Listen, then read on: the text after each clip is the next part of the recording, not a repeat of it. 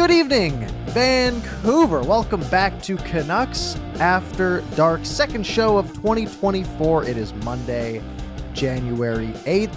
A big week for the Canucks, going on this big 7-game road trip, and they kick it off with a tough loss against St. Louis and then two big wins against two very good teams, the New Jersey Devils and the New York Rangers. As always, joined by my co-host, Canuck Clay. How are you doing tonight, Clay? Parker, I'm great. I'm great because the Canucks won. The Canucks beat a contending team. It could be a Stanley Cup preview, although I might be getting ahead of myself. And I'll give you props because you're too humble, or maybe you're not, to say it yourself. You nailed this week, man. You went 3-1. The Canucks went 3-1. You went 4-0. Yeah, there's a saying about a broken clock that I think might might come into effect here. But every week we do predict the 3 or 4 Canucks games that are going to happen. And I do believe I said the Canucks would go 3-1, and for some reason they'd lose the game against St. Louis and find a way to beat the Devils and Rangers. That might be me just imagining things because I want to be correct. But a good high-scoring week. 3 of the 4 games this week, the Canucks scoring 6 goals. Coming into this year, the Canucks offense and the Canucks goaltending were their strengths, and they really lived up to that this past week. Yeah, 666. Not my type of number, as you know, Parker, but I'll take the 18 goals, and then the one donkey game on Thursday that I didn't watch, thank goodness, but I know we're going to get into all 4. But yeah, coincidental that 12 of the goals come after the lotto line gets put together and they're responsible for 8 of them. I don't know, maybe. Yeah, I think the Canucks need a number 2 center. If they're yes, that's something we'll get to, because we're genuinely we are talking about a team that is, as of right now, 26-11-3. Do you know how many games the Vancouver Canucks won in regulation last year? I'm going to guess the way you said it, 25. They won 24 in regulation last year, and they have won 25 in regulation this year, and we are not even halfway through the season. Unbelievable. It's such a crazy turnaround. This team has 55 points. They're on pace for... It's got to be 112, I guess, because it's going to be double plus a couple. A plus 50 goal differential, and they have the highest PDO in NHL history. They're such an unbelievably, I guess, lucky team, but also they find a way to put teams down. And that lotto line, I think it was something like 14 points across the 3 of them in the past 2 games. It's unbelievable. And if that line's going to work that well, you can go into games like New Jersey, like New York, and say, we're just going to outscore you. And, you can score 4, you can score 3. It might not be a game that the traditional Rick Tocchet style of coaching might like. But if it's working, it is a very fun watch. And I know I've been talking about my shows. I know we're going to talk about it too. How long do you keep these guys together? What does it mean for the rest of the lineup? But actually, Parker, it's actually 16 points. They went 8 tonight, and they had 8 on Saturday. So it's nuts. Maybe not. Yeah, whatever. 14, 16 doesn't matter. It's so good. And it's kind of masking the fact that Suter, McCabe, and Kuzmenko have done absolutely nothing. But we can talk about that later too. Yeah, and we'll get to my thoughts on the second line, because I am starting to get really far down the rabbit hole of, hey, if you can keep 46 and 9 together, and Kuzmenko, Mikheyev are some pretty good second line wingers. Yep. There's a hole there, right? There's a hole there. Yeah. There's a Pius Suter shaped hole, and nothing against Pius Suter. He's been fantastic this year. Yep. But man, if you could go up and pick up a second line center, there's suddenly no holes in the top 6, right? You suddenly have one of the best top lines in the league in Pettersson, Besser, and Miller. You'd have a very good second line in Kuzmenko, Mikheyev, and number 2 center. You have one of the best third lines in the league in Blueger, Garland, and Joshua. And then your fourth line, it's fine, right? Neil Zaman, you have Lafferty, and you have whoever else you want to put there. You can cycle guys in if you want to. And then you couple that with, a top 5 goaltending tandem in the NHL, and you couple that with a pretty average defense with some star power. That's a contender. Yep. And maybe we'll get into this, Parker, but just in case we don't, I want to throw this out there now. Seeing Susie and Zadorov play together for the first time. Remember, Susie, Zadorov didn't play on Saturday. This defense is big. It's big between Myers, Zadorov, Susie, and Cole, who's not tall, but he's thick as a whatever you think is thick. Hronik's not small. Hughes is small, but who cares? He doesn't have to do anything. Yeah, he doesn't have to be big.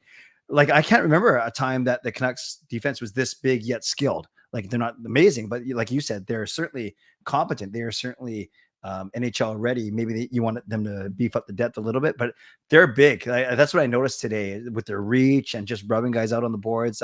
Something we haven't seen in a while. Gone are the days are Ben Hutton and Derek Pouliot and all those guys. Yeah. Yeah, it's the first time we've seen this D healthy, right? The top 6 Canucks D are the top 6 that are in the lineup. You know, Noah Juleson comes out, and hey, all credit to Noah Juleson for the way he turned things around, right? Like that, the start of the season was pretty rough, but he got better and better and better. Yeah, you mentioned Ian Cole being big. He's a little fire hydrant style, a little stocky, but I mean, Carson Soucy tonight, right? I think his last game against New Jersey, his first game back, there was a couple iffy moments, maybe a bit to get his legs under him, but I mean, he made his presence felt tonight, right? There's that goal that he saved essentially right out of the crease. That was a really good play. And this, you know, this team now being essentially fully healthy, you know, they just took out, you know, the New Jersey Devils, who maybe they're struggling a little bit and they were without Jack Hughes, but you know, they're dangerous, and they've seen that, you know, the Canucks have seen that in both their games against the Devils this year. They can bounce back and fire some goals in quick. But the Rangers were essentially the mirror image of the Canucks on the Eastern Conference side, right? Very similar records coming to this game, almost identical, with the Rangers having one more win, essentially, and the Canucks made them, you know, they made Igor Shesterkin, one of the best goalies in hockey, look bad. And they made a very good Adam Fox look bad. This team's dangerous. Yeah. And speaking of making guys look bad, Keandre Miller, like, I joked, is he like minus 18 tonight? Every time I saw he was either sliding across, he did that Myers one on the PD goal. Like, he was all over the place in a bad way tonight. He was bad. Yeah, he was a -3. Okay. which is pretty tough. But yeah, we'll get more into this game for sure. It is obviously our, you know, it's very rare that we get to do this on a game night, which is fantastic. And we're already at almost 100 people in here. So thank you all very much for joining. And a big thing from tonight that I just want to point at is the defensive ice times for the Canucks, right? Yes, I saw that. Everyone above 18 minutes and under 22 minutes. Which is fantastic, especially on a 7-game road trip, right? You got to get those guys rested. And when you can get a lead like they did tonight and just hang on, it's a beautiful thing. It is. It really is. Also beautiful. Fangirl, thank you for supporting us for 18 months. I didn't know, Parker, we had memberships for 18 months. So that's surprising. Thank you. Thank you, Fangirl. We always appreciate your support across all the this channel and both of our channels. And Game Over, actually. Everywhere Parker and I are, you are too. And that's a good thing. Thank you. Excellent. So I figured the plan for tonight, the agenda that we can put together, we've got 4 games to go over. And so that's going to take a good chunk of time. We'll spend a decent bit of time on the Ottawa game. We'll spend a little bit of time on the St. Louis game, and then some good time on the Devils and Rangers. I want to talk about Elias Pettersson's next contract, of course, with that William Nylander contract that got signed today, 8 years, $11.5 million per year. The most expensive contract that by just total value that the Toronto Maple Leafs have ever given out. Wow. And what that means for Elias Pettersson. And we can go into, what are the Canucks going to do at the deadline? Because we talked about it a little bit last week, but now that this lotto line is together and they look fantastic, right? I mean, now there's a pretty decent slot that can be filled and really round this team out. Sure. So what you're saying is we got a lot to talk about today. Busy night. So let's get to it. I'm ready. All right, let's start back last Tuesday. Ottawa coming into Vancouver, their single home game of the new year before going on that 7-game road trip. And the Canucks put up a 5 spot in the first period. And this game was just so, we were both at the Luongo game, right? The game against Florida. It had a very similar vibe for the last 40 minutes as that one did the last 20 minutes. I remember that intermission, we were sort of sitting there like, we're good. All right, it's up 4-0 after 2. Like, this is just going to be a chill game the rest of the way. And the Canucks did something very similar in this one. And it starts out with Ian Cole getting his first goal in a Canucks uniform with just a wrister that sort of gets through seeing eye shot. Yep. About 6-7 bodies maybe in the way of Anton Forsberg being able to make the stop. But yeah, he finally gets his first of the year. Yeah, not much to say about that aside from good for him. Yeah, did you say it was over a calendar year? He hadn't scored since December 2022. Yeah. Yeah, it's crazy. That's worse than me in roller hockey. Even I score one, man. So the Canucks have this 1-0 lead, and you know it kind of relaxes for a bit. The Canucks end up then scoring 4 goals in just over 5 minutes. It starts off with a Pius Suter goal, which is just a really sweet play. I mean, the shot from the point sort of pops up in the air. Pius Suter somehow in one fell swoop grabs the puck with his right hand, slams it right down to his stick, and sweeps it in before anyone else knows where it is. I mean, Pius Suter, like not advertised, really is a high skill guy, but that's a high skill goal.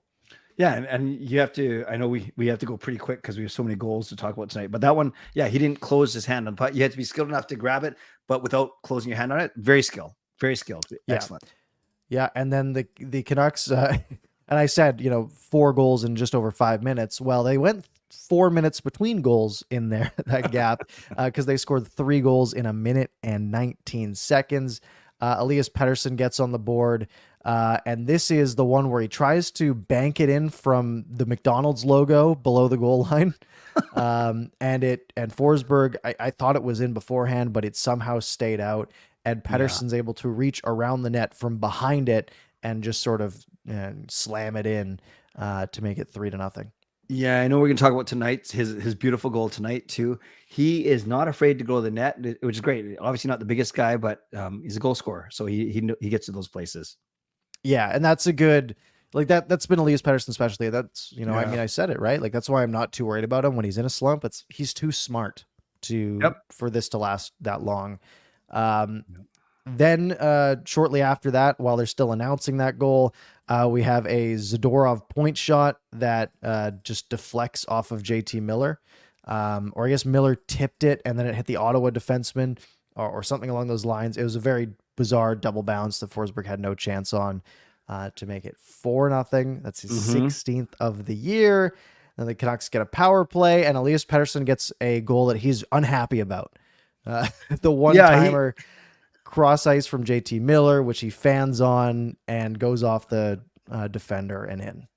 Yeah, that was Corpusella that one in, right? Yeah, that was the first one that he let in. Yeah, you see, Petey looks disgusted. Like, be happy. Come on, like you're good. You're lucky, and you're good. Both of those have to be true, and everything's going in for him right now. It was fine. It was fine.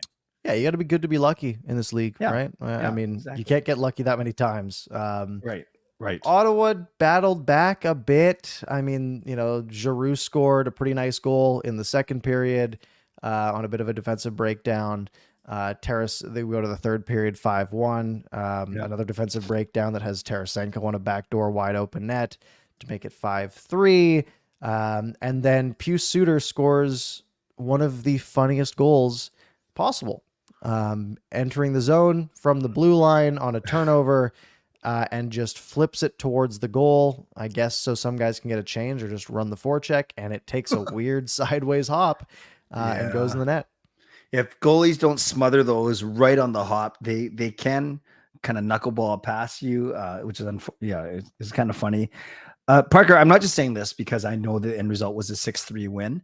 But truly, I wasn't that worried that we were going to lose this game. Just like the San Jose game right before Christmas, I wasn't worried that I think it's unrealistic to expect the Canucks to keep their foot on the gas for 60 minutes.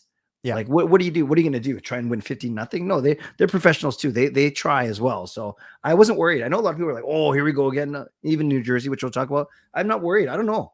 Am I being too flippant? And this team hasn't blown a lead after 2 periods yet this year, right? Yeah, exactly. They have until they prove otherwise, they're capable of holding on to leads. And yeah, you're up 5-0 after the first period. You have a ton of travel ahead of you, a 7-game road trip. I'm sure these guys are thinking like, hey, yeah, we just had New Year's, we just had a break, but hey, we can take it a little bit easy, right? Play decent structure. Worst case scenario, they come back and make it 5-3, and then Pius Suter ices it with the ugliest goal of all time. And you're good, right? I mean, it doesn't matter if you win. Yeah, if you win 10-0 or 6-3, you still get 2 points. Yeah, exactly. And by the way, before we move on to the next game, want to recognize a couple of these things before we get too far. Spartan with a $2 donation says Canucks finally learned to count. I think he's talking about too many men penalties this year. Carol also acknowledging her long-time membership. Thank you, Carol. We appreciate you. And Lee, out of nowhere, $10 super sticker. Thank you, Lee. That's awesome. And the sticker is a number one fan sticker. So thank you very much, Lee. We do appreciate that. How do you see that? Where's that? It's in the actual YouTube chat, not in StreamYard here. I actually have 4 screens in front of me, Parker, and I can't find anything. So okay, you got too much going on. Yeah, exactly. So the Canucks start at the new year with a pretty simple, easy win. I mean, yeah, you look at the other things, right? Like, oh, shots were 38-26 in favor of Ottawa, but yeah, the Canucks sat back, right? They dominated. They have the right to sit back in games like that because they haven't blown any leads yet. And until they do so, it's a luxury that they've earned and a luxury that we sort of owe to them. So the second game of the new year, January 4th, this was last Thursday. Game I don't want to talk too much about. Canucks score 2 minutes in, and it's that third line who had been on a heater coming into it and continued it here. Fantastic forecheck. Garland makes a nice move on the zone entry, plays it down low for Dakota Joshua, chips it over to Teddy Bluger, who finds Garland all by himself in the high slot, who just rips a one-timer and burns Jordan Binnington to make it 1-0. A very just like this line is just, they're just going. Yeah, 2 minutes in, we think this could be a romp, kind of like the Ottawa game. And it looked exciting. Actually, this is the one where I wasn't at because it was my daughter's Sweet 16th party, so we weren't there. We were watching it on our phones, which probably doesn't make me the best dad in the world. But the fact that they scored, and of course it's the third line, and it wasn't until the next game where we'll talk about the Lotto line starting to dominate and being reunited. So up until basically this game, this was the line that, along with the Pettersson by himself, was doing really, really well. Yeah. Second period, the Blues get one back, and it's just a defensive breakdown. All 5 guys sort of in the middle of the ice for the Canucks. And they find Parayko going down the right wing. He gets the pass, he takes the shot, and that beats Demko to make it 1-1. Was that a bad goal? Was that a bad goal or no? It was a bit of a defensive meltdown. Like, all 5 Canucks were back, and they just didn't pick that guy up, which is unfortunate because then in the third period, we get a Robert Thomas goal, which is remarkably similar, right? All 5 Canucks are back in their own zone, and they just lose a guy. Robert Thomas on the high right faceoff circle is just left by himself. He has an open shot, and he beats Demko. Demko is very good, except for 2 prime scoring chances that the Canucks allowed to guys essentially in the high slot. That's a little. I know Neil Zaman was guilty on one of them. Maybe it was the second one there. I can't remember. Second one, yeah. So. I don't know. Is that a coaching thing, or is that simply you're not perfect all the time? I don't know, but yeah, 2 glaring errors for sure. Yeah, and they allowed 2 goals, right? I'm not too concerned about that. You can have a couple errors, you can give up a couple high danger chances. It happens every game. But other than that, Demko is very good, right? Stopped 30 of 32. But the Canucks couldn't score. They scored 2 minutes into this game from their third line. And they've got, Andrei Kuzmenko in the press box in this game. That's right. Which, that's right. Sort of gives you a feeling of, hey, it would be really nice to have a guy like that when you're down a goal late. But yeah, the Canucks just couldn't get anything going offensively. And that's why we saw them go to, loading up that top line against New Jersey. So we're basically thanking the Blues whooping or beating us for our Lotto line success. Is that what you're saying? I wouldn't go that far. I don't like losing to Jordan Binnington. I hate him. Yeah. Sorry. I hate losing to him. Yeah. Same. So that one was unfortunate, and it left a bit of a bad taste in my mouth, but I think I did game over after this one. And my sort of sentiment was that's right. The Canucks didn't play terrible. They just needed a goal. And I was more upset about the Kuzmenko scratch at that point. Cause it's like, man, like for a team where coming into the year, we thought the problem was going to be defensive, and it has been for wherever there has been a problem, it has been on the defensive side, but Canucks are one of the top teams in goals against and one of the top teams in goals for. They just couldn't get a goal that night when they needed one. What was the mood in the stream like that night? It was quiet. Yeah. I would say it wasn't a big turnout. Game over. Canucks After Dark, our own show, is way more fun when the Canucks win. It's way much more fun. Yeah. And we saw that especially on Saturday as the Canucks go to their second stop on their road trip in New Jersey. And what a hot start in this one. Actually, not a hot start. This is second period, not the first period. But the Canucks did have a hot start. They absolutely dominated the first period. Shots were 18-5. It was one of those ones that was sort of scary. I remember a game against Minnesota, maybe a month and a half ago, where Minnesota dominated the pace of play, and the Canucks got the first goal, and things just turn around. But the Canucks go out and absolutely dominate the New Jersey Devils, outshoot them 18-5 in the first period. Just can't get anything to go. I think there was a goal in the first that got overturned in this game. Yeah, because they said Miller was interfering with, Yeah, and that was like a 50-50 in my eyes. It was kind of interference, but he's also kind of pushed by Siegenthaler. Yes, and Miller knew he was trying to get out of the crease like this. It felt like he was trying to look like he was getting out of the crease. Yeah, somehow he still wanted. Yeah, that's true. Yeah, but the Canucks do start the second period with a goal, and it is just a shot from the point from Filip Hronek. Elias Pettersson reaches out and tips that past to make it 1-0. That's his 16th of the year. And the Canucks just turned it on from there, right? Again, the lotto line doing some work, because next up, at a 1-goal game when the shots are 21-6, shot from the point again, this time tipped in front, and JT Miller just sort of skates into the rebound, and it ends up going in the net to make it 2-0. And this is the one where the defenseman broke his foot. Yeah, I guess so. Blocked a Hronek shot, and then poor guys. New Jersey clears the puck, but Demko's smart. You know what's funny, Parker? I was watching this game at a pub, and I was yelling at Dem because it wasn't a power play, right? So I was actually yelling at Demko, why did you come out to play it? But he was smart. He wanted to make it so New Jersey couldn't change. And sure enough, the lotto line gets out there and makes them pay. Yeah, of course. You're thinking like, hey, that's icing. Like, don't play that. Yes. But it's second period, right? It's a long change. Siegenthaler couldn't get off. Yeah, very cerebral move from Demko. And then a minute later, I'm imagining it's the same shift. Nice little zone entry. Pettersson finds JT Miller cross ice for the one-timer. And he just, again, great shot to make it 3-0. Oh, it was, and I'm not sure if you heard it on the broadcast, Parker, or you just noticed there's no Jack Hughes, there's no Timo Meier, there's no Dougie Hamilton, and that doesn't, you still take these wins, but especially in the 18-5 in the first period where we didn't score. Up until that point, the 4-minute mark of the second period, complete domination, complete. Yeah, absolutely.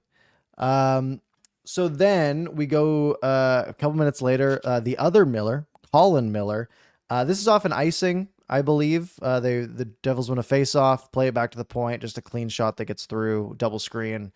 Colin Miller gets his first of the year. Canucks really like allowing first goals of the year to players. So it's 3-1. And then as the period's about to end, Eric Holla, they come in on essentially what's a 3-on-3 rush as Oman's back in time. But for some reason, Tyler Myers doesn't trust his D partner in Quinn Hughes and drifts all the way next to Quinn Hughes. And then Eric Hall is all by himself in the middle of the ice. Myers doesn't get there in time, and the shot gets through. You even see Hughes pointing to the guy coming down. I guess it was Holla, or whoever, Brat. You see Hughes pointing to Myers to go check him, and Myers ignores him and comes onto his side. Ridiculous. Yeah, that one is just such a silly error. Like, there's no, I don't get it. Like, it doesn't make any sense to me how hey, there's two guys over there, there's one guy over here, we have two guys over there already. There's a guy in the middle of the ice. Like, it's just so easy to make that play and at least just get in the way. But it's 3-2, feeling a little scary. Last minute goal is always bad, right? It usually is demoralizing as you go to the intermission. But Connor Garland says, no, we are fine. And he just takes the puck, skates in himself, burns the defender out wide, and just whips the wraparound through to make it 4-2 with 11 seconds left in the period. Yeah, and that I don't know if all the Devils guys thought someone else was going to take him. Maybe they didn't think Garland had literally enough reach to do the wrap, and it was one of those wraparounds where you bank it off the goalie, not like a pure clean one. But still, what wonderful hockey awareness. And I love what you said, how a goal in the last 30 seconds can really demoralize you, but not if you score after that goal in the last 30 seconds. Yeah. Yeah. No, that was a great way to turn the vibes around, I imagine, going to the locker room. Yeah. In a period that, the Canucks, again, they were the better team. They outscore 4-2 in that period. They're a great second period team. And they take it to the third period, and we have Elias Pettersson getting back on the board. Nice zone entry from the Lotto line. Quinn Hughes leads the rush in, leaves for Besser. Miller just drives the net, and somehow Elias Pettersson is all by himself in the slot, takes it off the backhand, slides it 5-hole, and makes it 5-2. Yeah, it's too good, so good. Everything going in. It was, this is nice. It give the Canucks some breathing room, but again, I sound like a broken record. I don't know. Actually, I was worried today. I wasn't worried for this one though. Yeah. Colin Miller gets another one, just a shot from the point that beats Demko clean. Nico Hischier a couple minutes later tips one by. It's again a point shot that gets tipped. So three of the goals coming on point shots, 3 of the 4. So it's 5-4 at this point, and it feels a lot like the Canucks versus Devils game from a month ago. When it was almost exactly a month before, where the Canucks were down 5-2, brought it all the way back to 5-5, and then lost it still in regulation. But the Canucks hang on, they survive, and Dakota Joshua, with one of the nicer empty net goals you'll see, takes it out to center, plays to Miller. Miller gives it back to him. He doesn't shoot right away, which he probably should have. And then dodges the slide, spins off of Hischier, and just sort of 360s it into the net, and ices it. That's a great point. They made it look a little bit more complicated than it needed to be. But yeah, I was impressed that Miller. Miller is not a selfish player, so I wasn't surprised that he didn't shoot because of padding his own stats. I just thought he had a cleaner look than Joshua did. Yeah, probably. So a good win for the Canucks, against a pretty decent hockey team. And then they come into tonight against a very, very good New York Rangers team. Right. Like we're talking, they've got 54 points coming into this. A win puts them at the top of the NHL, right? They're looking at that, I'm sure. And the Canucks came in and, they allow the first goal. Trocheck scores first in this one. This was just an ugly, scrambly play that on the power play, Susie clears one right off the goal line. And then Zibanejad goes for the slap pass back door. It hits, is it Myers' skate? No, it's Hronek's skate to break the pass up. And so that would send it to the wall. But then it hits Demko's stick and goes to the next guy, which is Trocheck, who puts it into the open net to make it 1-0. And prior to that, Demko had lost. Yeah, exactly. He lost his stick. That's why I was sitting there in the crease. There, I think Susie piled over him once. Joshua and Blueger had no clue what they didn't have no clue. They were losing battles. Yeah, that was a gong show, and that was 3.5 minutes in, right? Yep, about that. Yeah. But how about the Canucks answering quick, right? They put the Lotto line out there. Brock Besser comes in with a 92-mile-an-hour slap shot, just to say hello to Igor Shesterkin. Some fantastic battling on the wall from Elias Pettersson, chips the puck down low. Besser goes in to put some pressure on. Hronek holds the line. Besser takes it back to the point, whips it down low for Pettersson, and just a quick one-touch sweep to JT Miller, who has just 3 feet of separation to get a quick shot off. I mean, it's a perfect bang-bang play, and Miller fires it past Shesterkin. Good celly on his part, too, to make it 1-1. So much skill. Besser, the right pace down that wing, right, keeping it in. PD not even have to gather it. That was such a skilled play. That was so good. Yeah, it's a perfect play. Yep. And then 2 minutes later, they add to it. And this is such a sweet goal because Hughes takes the puck at center, plays it in for Lafferty, who just sort of does a little chip. Or no, is that Amon? No, it was Lafferty. Lafferty just a little chip into Amon as he takes the check, and it sort of results in a 2-on-1. And then a really nice saucer pass from Amon over the stick of the defender. And Niels Höglander, bar down, no big deal, from in tight beneath the hash marks over the shoulder of Shesterkin. That is a hard spot to hit from there. But he's got the skill to do it. Yeah, and Pettersson on his assist, Höglander on that goal, showing their skill, but it wasn't even their best plays of the night, which I know we're going to get to like in 2 minutes. But yeah, it was beautiful. And that was really nice way to erase very quickly that Rangers deficit instead of dragging to the second or third. Can we catch up? Nah, we like playing with the lead going to the third, so we're gonna go get it. And then I looked away for a little bit, like as the period, like 30 seconds left in the period, I sort of like went up to grab a snack, I think. Yeah. And then how about this Lotto line coming back out there?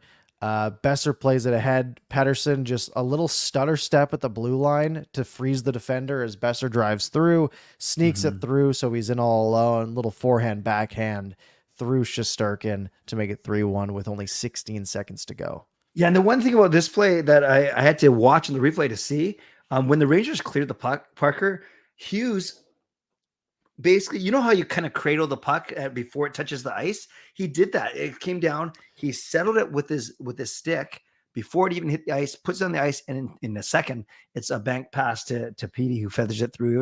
It was so good. I just love how the Canucks show so much skill tonight in a game against a very equally skilled team. That's what was so good about tonight's win. Yeah, I've talked a lot about how I really like the play on the breakout where you just sort of hoist it to the far blue line.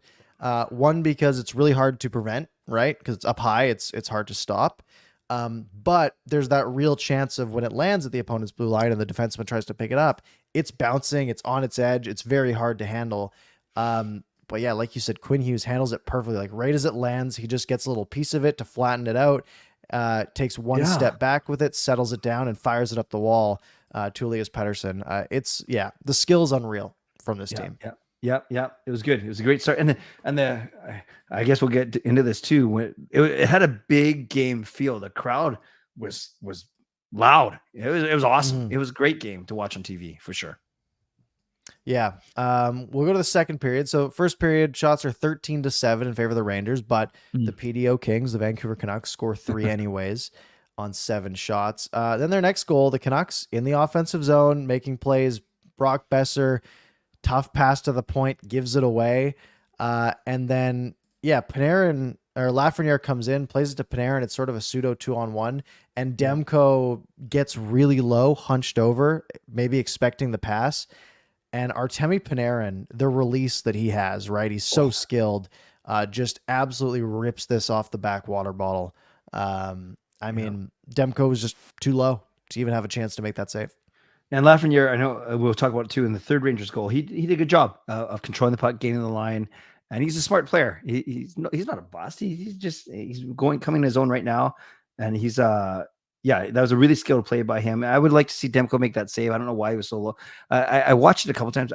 It's easy for me to sit here and say he should have made that save, but it was unobstructed. I know that. Yeah. Too hard on him. Oh, I think you're on mute, Parker. That's bad. Lafreniere's good. He's going to be a really good player. And then, so a few minutes later, so it's 3-2, Canucks do answer back. Nice little breakout. Hughes to Hronik, plays it up to Pettersson, and it's just a 3-on-2 as they turn up ice. JT Miller's the puck. Trouba, I'm assuming it's Trouba based on the way he played this, just tries to fully step up and hit JT Miller. But he takes the hit to make a play, gets to Pettersson, so now it's a 2-on-1. I believe it's Condor Miller, then sells out to break up Elias Pettersson, and he just stutter steps back, hangs onto the puck, takes a quick shot. Good save by Shesterkin, but the hands of Elias Pettersson in tight to pull this to the backhand beneath the goal line. Shesterkin's skate is at the goal line, so there's no room here.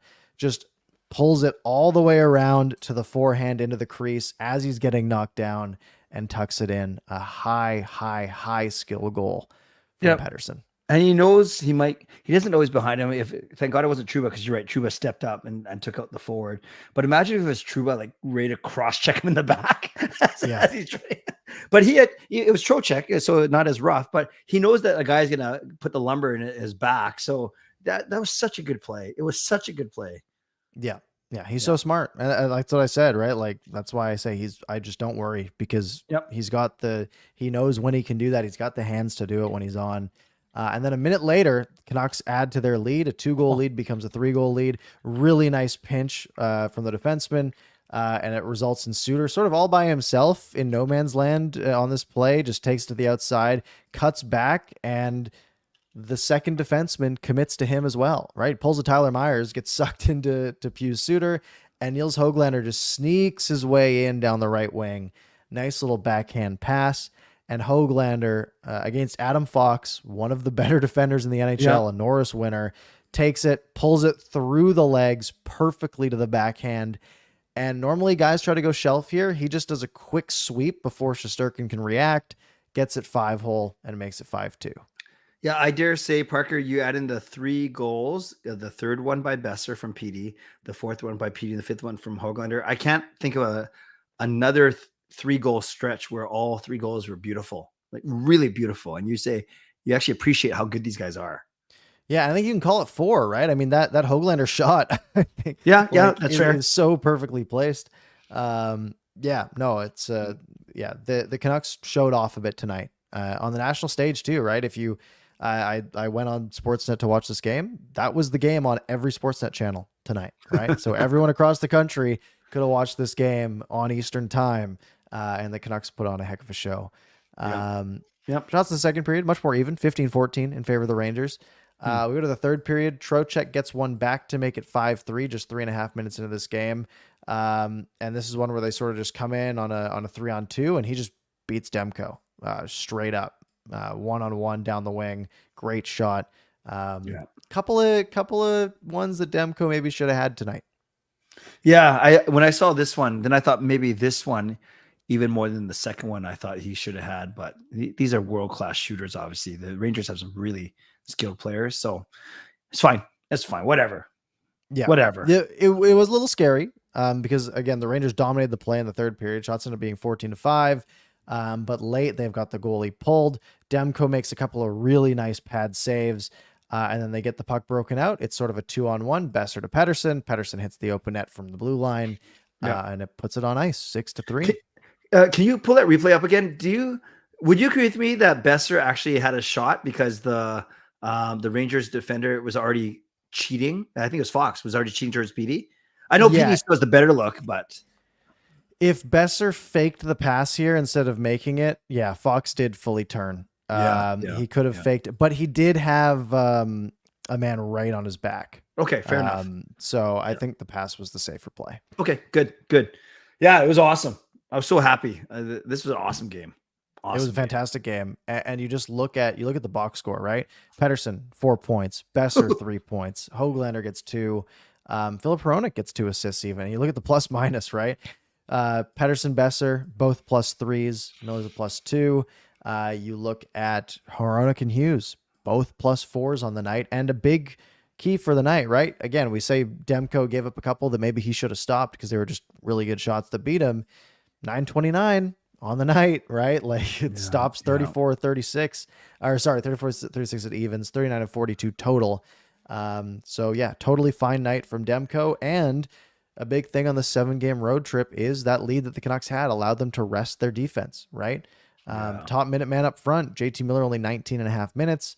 Top minute man on D, Quinn Hughes, under 22 minutes on the night for a guy who normally plays 24 or more, which is nice to spread the wealth around, especially with Susie back. Great point. Great. I love the fact that we were able to, whether you call it rest or at least not overtax any forward or any D. And it was against the best team in the East, arguably, right? The Rangers in Boston. I know we have a game tomorrow, so you have to think about that. So is it a no-brainer? As good as Demko's been, it's a DeSmith game tomorrow for sure, right? Yeah, absolutely. Yeah. Demko faced 42 shots tonight. He's getting a day off. Wow. So I will give you, now that we've gone through all 4 games, I will happily and humbly give you your props, 3-1, and you even nailed the 1, which is impressive. Thank you. We've got 4 Canucks games to preview again with this back-to-back. And I want to talk about Pettersson contract, and I want to talk about how the Canucks should trade for Claude Giroux. All right. Let's 2 minutes max per game. Let's start with Pettersson's next contract, right? Okay, let's do that. And this can be a pretty quick one. Willie Nylander signs for 8 by 11.5. Yeah. Do you think Elias Pettersson is more valuable than William Nylander? Yes. Yeah. It's not very close. William Nylander, fantastic player. But yeah, they now have $45 million locked up between 4 players in Toronto, which you just can't afford to do, right? You only have $40 million for the rest of your roster. But yeah, Elias Pettersson, an RFA, and an RFA who is not yet ready to negotiate a contract. But look, the cap's going up next, in the next couple of years. Yep. And we came into this year saying, hey, if he wants 8 digits, if he wants $11 million, sign it and run. The weird thing is, has he been fantastic this year enough to raise that value? I don't think so, but I think that Nylander contract might set the market a little bit. Yeah. We kind of knew a lot of the talk around PD after did that Elliot Friedman interview on the boat in Sweden was waiting not only to see how the Canucks did, but what other UFAs and RFAs were signing for. In essence, letting other players and agents set the market. And that's wise. That's wise because I don't think anyone, and I see it in the chat, a great discussion in the chat, but no one takes Nylander over PD. So 11.5, if you go eight, that's the key, is the floor now for sure. And I made a point, Parker, I'm not sure you saw it. I did a quick message in the chat.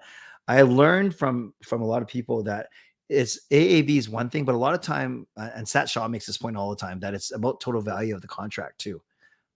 So yeah, you look at 12.5 or 12 or whatever you want to talk about, but 12.5 times 8, if PD signs for 8, 100 million, like that's a pretty big thing when you can say you're $100 million player. It sounds a lot better than a $92 million player. I used as an example. So I don't know if you think 12.5 times 8 is too rich, or maybe we're not even going to get to 8. It's going to be a 4 or 5, like a Matthews. Yeah, it's a lot, but what's the alternative? Yeah. Right. These are the players you can't let go. You can't let them get away. Right. When teams struggle, it's because like in the salary cap, it's because they overpay the bottom of the lineup. Right. You look at the Ben Ayers, you look at the Roussel contract, you look at the Tyler Myers contract, right? He's not a star. He's making $6 million a year. Jay Beagle and the like. But now you have this roster where, hey, your bottom of the lineup guys are paid appropriately. Everyone's sort of paid appropriately, barring Tyler Myers, and Elias Pettersson is underpaid as an RFA. Brock Besser's living up to his contract this year. Kuzmenko isn't, but that's a one-off. Connor Garland, I think, is living up to that on that third line. Sure, $5 million is a lot for a third line player, but that line is absolutely dangerous. And you couple that with Blueger making $2 million. And Joshua making under $1 million, and suddenly, it's what, a $5, $7, $8 million third line. That's not crazy. It's high, but it's not crazy for what you're getting out of it. And look at where this team is, right? I mean, you have Demko making $5 million a year. He's a $9 million goaltender right now. You have Casey Smith making 1.8 as a backup. He's an easy $3 million backup. So when you can save all this money throughout the lineup, it's those top guys you can afford to pay, right? Connor McDavid makes $12.5 million a year, and he is severely underpaid, right? Most models have him being worth like $16 to $17 million a year, and I have to imagine they have Pettersson in a similar boat. Like, what's the alternative? You let him go, you trade him away, you don't come out ahead on that, right? It's one thing if you're a team that is struggling and you're, bottom of the standings again, you're thinking, okay, well, we just need to tear it down, start over with a real rebuild. This team's first place in the Western Conference. Yeah. Right, or second place. Sorry, the Jets are ahead of them. Second place in the Western Conference. They are second place in the NHL in points. Top of the league in goal differential. This core is working. Elias Pettersson, if you overpay Elias Pettersson by $1 million per year, it doesn't matter. Good point. And I love the point of the reason why we have to sign him. And you said it right. You're never going to get the proper value back. Usually, if you lose the best player in a trade, you lose the trade. And I just look at Matthew Tkachuk. He was an RFA. Said, I'm not going to re-sign here. Okay, we'll trade you to Florida. Florida goes to the finals, and Calgary's in shambles right now. Right? Yeah. Although Huberdeau was a star, he just fell apart. That's true. Yeah, the only way you really win is if you trade for another star, right? You need someone else in the exact same scenario, which Calgary and Florida had. Just somehow Huberdeau fell apart. I did ask the chat, would you pay Pettersson $12.5 million for 8 years? Oh yeah. We had What'd they say? 70% say yes, 30% say no, which Wow. 70-30, pretty good. And I think that's around the comfortable level, right? If it's 13, I'm starting to think, okay, like that's a ton of money. Yep. But if they can pull a 12, the big thing is 8 years. I don't want to pay him 12.5 million for 5 years. I don't want to be Right. having this discussion again when he's 30, because when he's 31, because when he's 31, he's still going to be a heck of a hockey player. Mm-hmm. Players decline in their early to mid 30s to late 30s.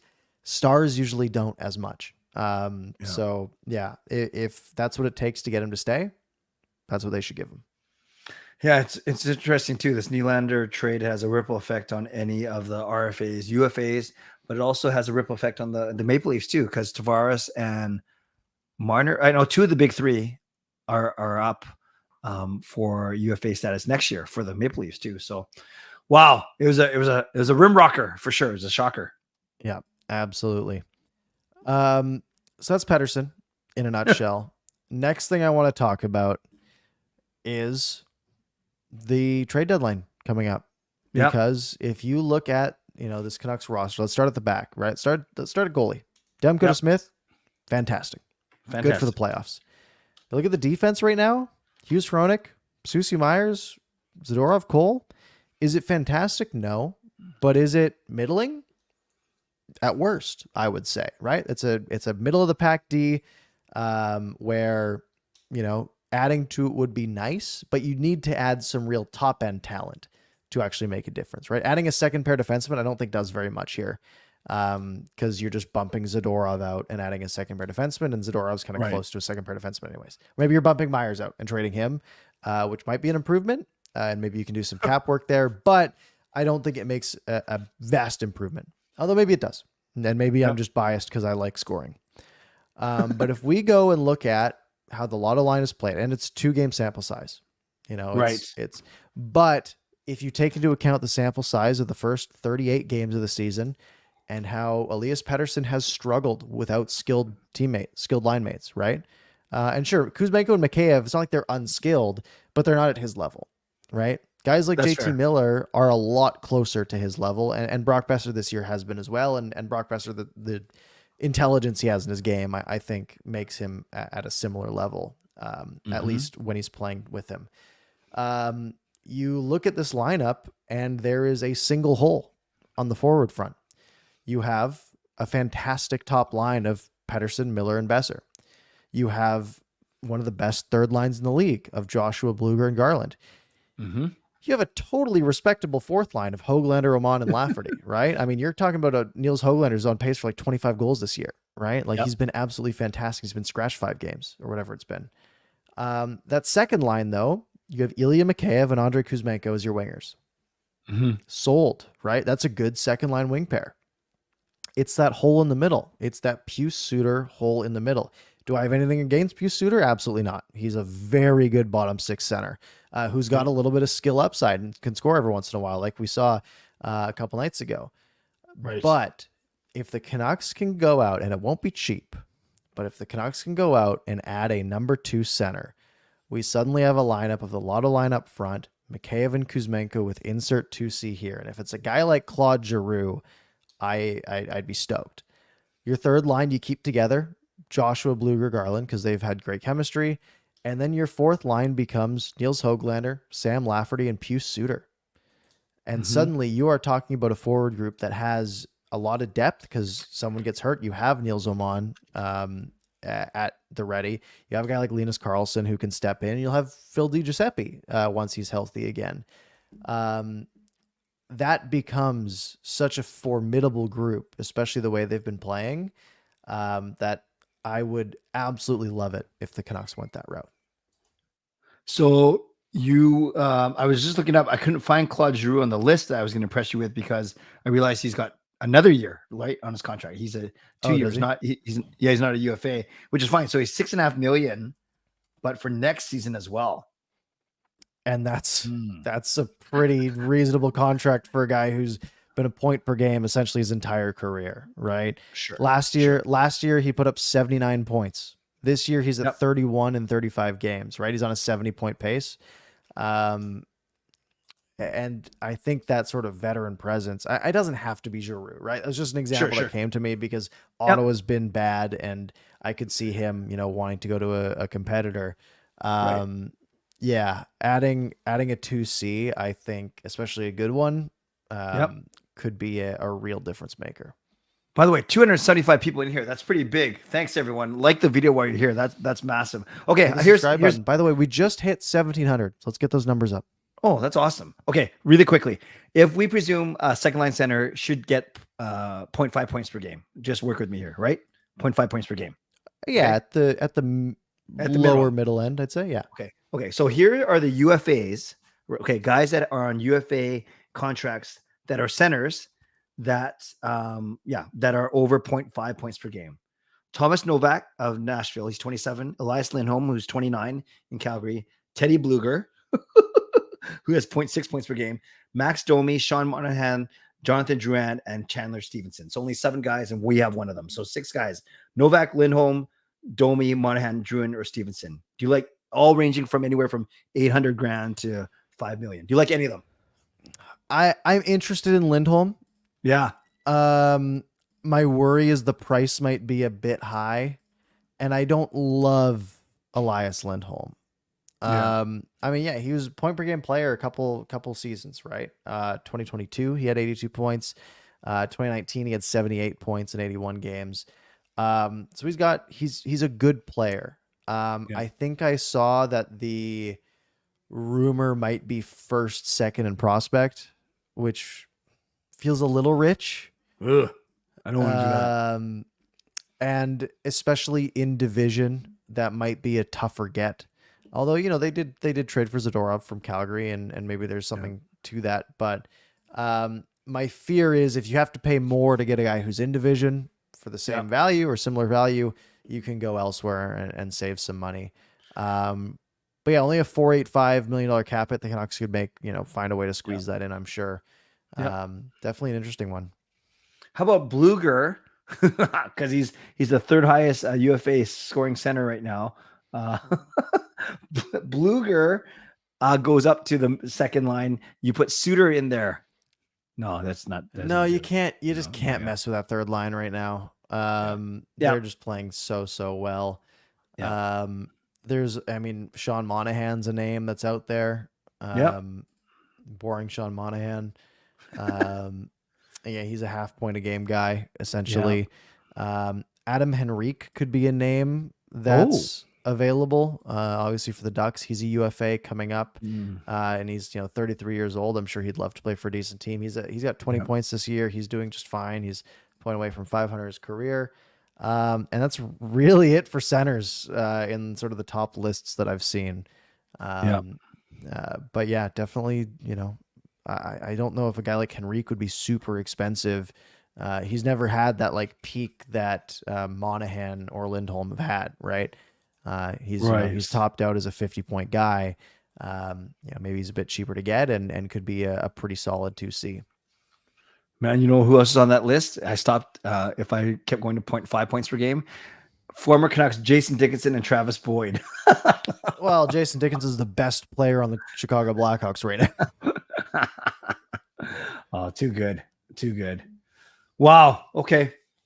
It's fascinating. I'm as I see the Canucks knock off a powerhouse like the Rangers, I'm more convinced. I was talking about this on Canucks After Dark with Rob, the hockey guy. He wouldn't commit to going all in, and all in to me sounds like trading, like you said, draft picks and prospects.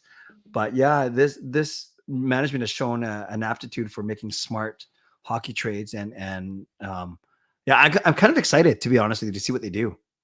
Yeah, I'm excited to I'm ready.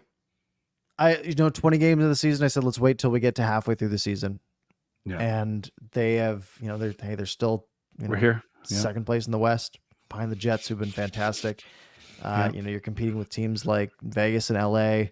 The Oilers are trying to make a push. They've won 7 in a row, but the Canucks just keep fighting off, and they are, this is a team that is, especially these last 4 games, barring the St. Louis game, 6 goals in each game, good goaltending across the board. Yep.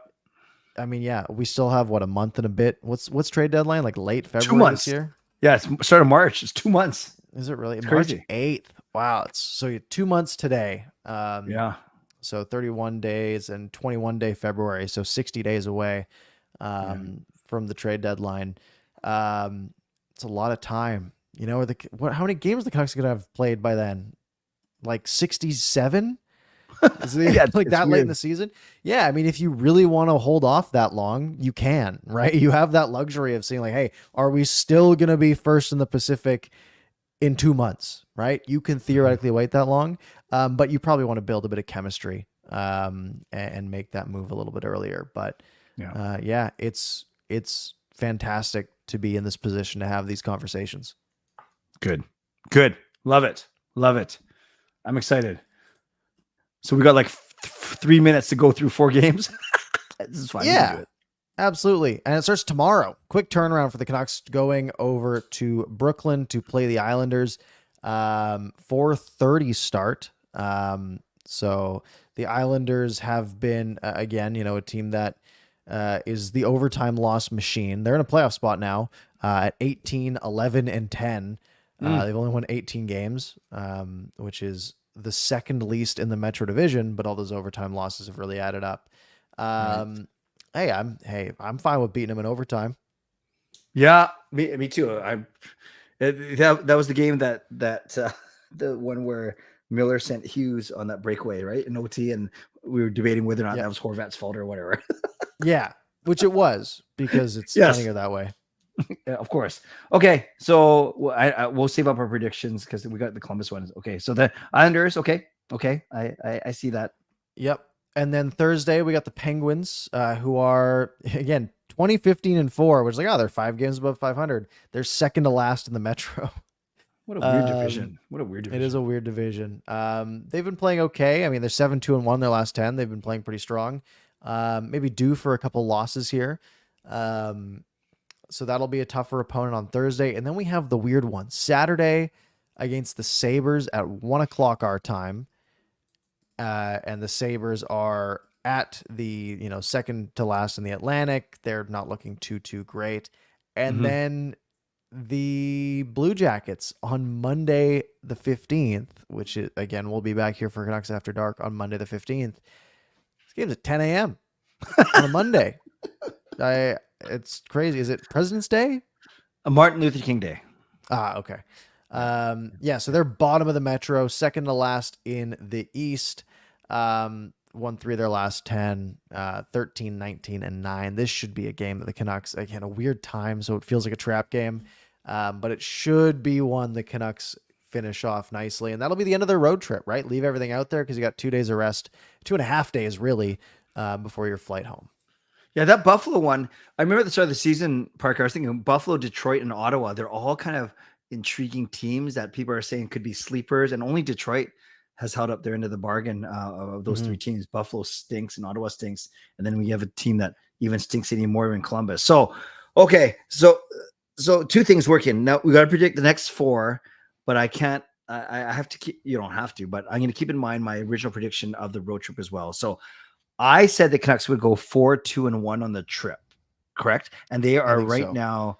They're right now 2-1. So if I was to stick with mine, I think the Canucks go 2-1-1 in these next 4. Yeah, and I think I said the Canucks go 5-2 on the road trip, and they're 2-0. 2-0. Yeah, sorry, 2-0. Yeah. So they would 3 go 2-1, 2-1, 2-1. 2-1. You lost the St. Louis. Yeah. So they would go 3-1. And that would be my prediction anyways. I'm looking at this and I think the Islanders will be tough. I think the Penguins will be tough-ish. I think they win one of those, lose one of those, and they beat the Sabres and the Blue Jackets. Okay. I say 2-1-1. Somehow they lose against Pittsburgh, and tomorrow night's an extra time loss. That's a terrible call. The Islanders are not good in OT. You got to play the trends here. Yeah, that's true. That's why I keep getting it wrong. By the way, Fangirl's asking then why the Canucks play Sunday, March 31st. That's because it's a Sunday. They do 1 or 2 early games, and really they market it around kids and stuff like that. So that's probably why they have that early game on that Sunday as opposed to a national holiday like this one. on Monday for Columbus. Yeah, good question. And what sucks is the week after this one we just talked about, Monday, January 22nd, the Canucks play all these Monday games in a row. Yeah, weird. A night that we won't be able to do Canucks After Dark because I'll be away. I'll be in Chicago while the Blackhawks play here, and Bedard won't even be playing. So that's unfortunate. It is unfortunate.